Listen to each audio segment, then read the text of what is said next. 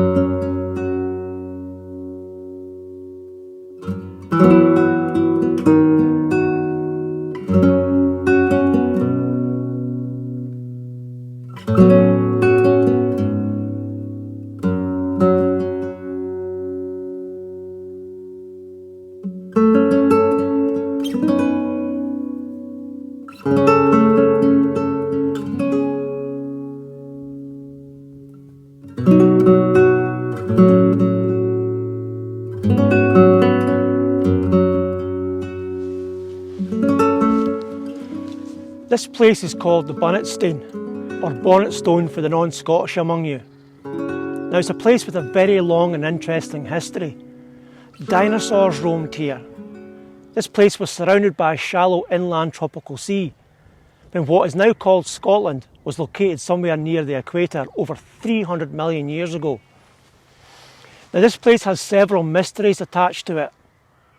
A man-made cave cut into the rock called the Maiden's Bower, the distinct shape of the Bunnet Stane itself, and this area right here is said to be a thin place, a location where it is believed that the veil between this world and another is thin, so thin that you can feel it all around you. Now, we have a lot to unpack in this video, but it's all centred around this stunning natural sandstone monument that you see behind me.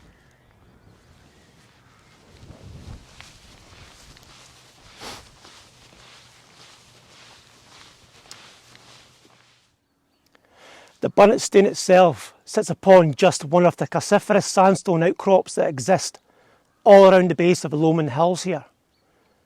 The Stane itself is about 10 feet by 20 feet across and stands on a thin column of rock, giving it that unique mushroom shape. Now, there are many myths as to how the stone got its shape, but in reality, it's entirely created by natural weathering, wind and rain over millions of years that have carved the sculpture you see before you.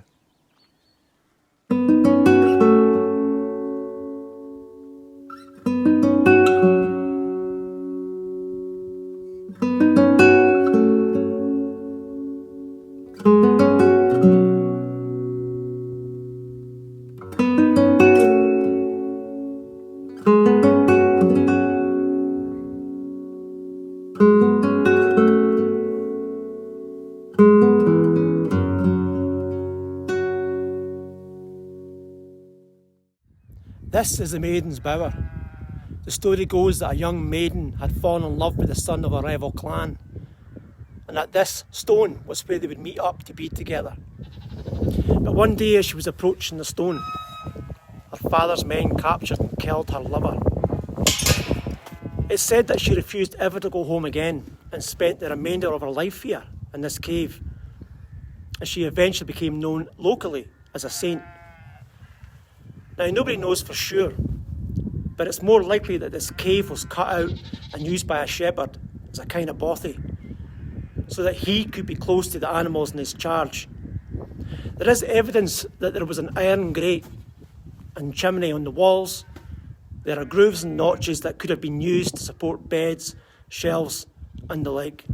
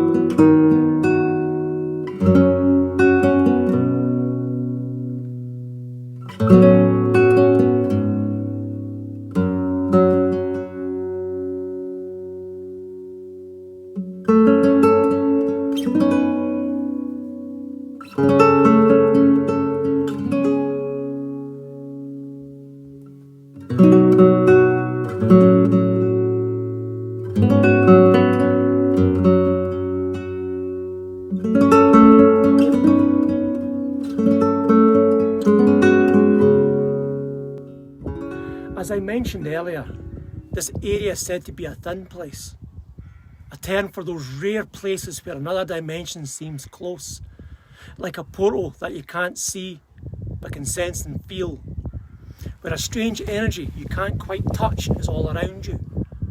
Now, an example of this is Stonehenge, the pyramids, pagan sites and the like. Now, psychologists have tried to explain this sensation. Perhaps it's emotional residue. It's a bit like when you walk into an empty room and we can't help but think of the people who previously occupied those rooms. I get that kind of feeling when I visit castles or old homes.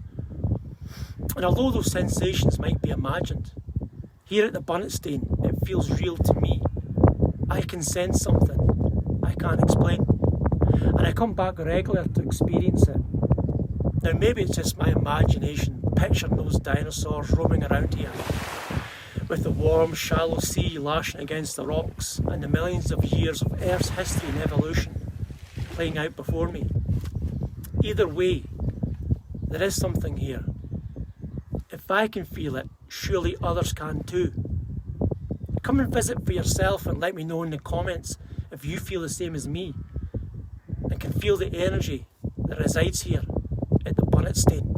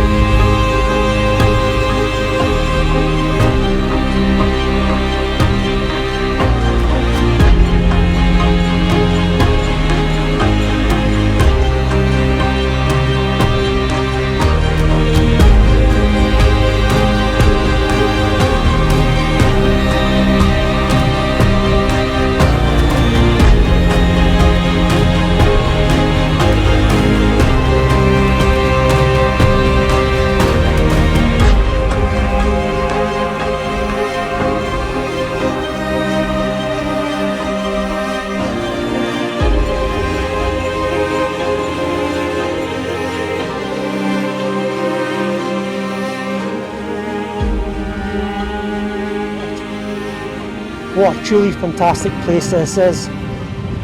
Come and see for yourself. Absolutely beautiful, if not windy. Consider subscribing and liking to my channel, and I'll see you in the next one.